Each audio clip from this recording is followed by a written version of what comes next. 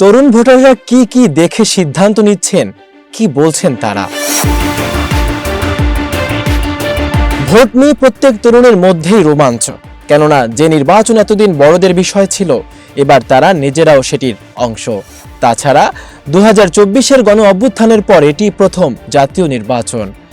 অভ্যুত্থানে যেহেতু তরুণদের সক্রিয় অংশগ্রহণই ছিল বেশি, তাই এবারে নির্বাচনের দিকে নজর রাখছেন তারা। প্রায় সবার বক্তব্যেই একটি শব্দ উঠে এলো, দায়িত্ববোধ। ভোটকে তারা শুধু নিজের মত প্রকাশের সুযোগ নয়, বরং নাগরিক দায়িত্ব হিসেবে দেখছেন। এ কারণেই সিদ্ধান্ত নিতে হচ্ছে ভেবেচিন্তে, সব দিক বিবেচনা করে। চট্টগ্রাম বিশ্ববিদ্যালয়ের শিক্ষা ও গবেষণা ইনস্টিটিউটের শিক্ষার্থী অর্পা বড়ুয়া বলেন, ভোট দেওয়ার অভিজ্ঞতা আমার জন্য নতুন ও গুরুত্বপূর্ণ। অবশ্যই কিছু শঙ্কা আছে, বিশেষ করে নিরাপত্তা সংক্রান্ত বিষয়গুলো নিয়ে। তবু এটি আমার জন্য এক রোমাঞ্চকর মুহূর্ত, একটি দায়িত্ববোধের সঙ্গে নিজের অংশগ্রহণ নিশ্চিত করার সুযোগ। প্রথমবার ভোট দেওয়ার এই অনুভূতি অন্য যে কোনো রাজনৈতিক অভিজ্ঞতার চেয়ে আলাদা।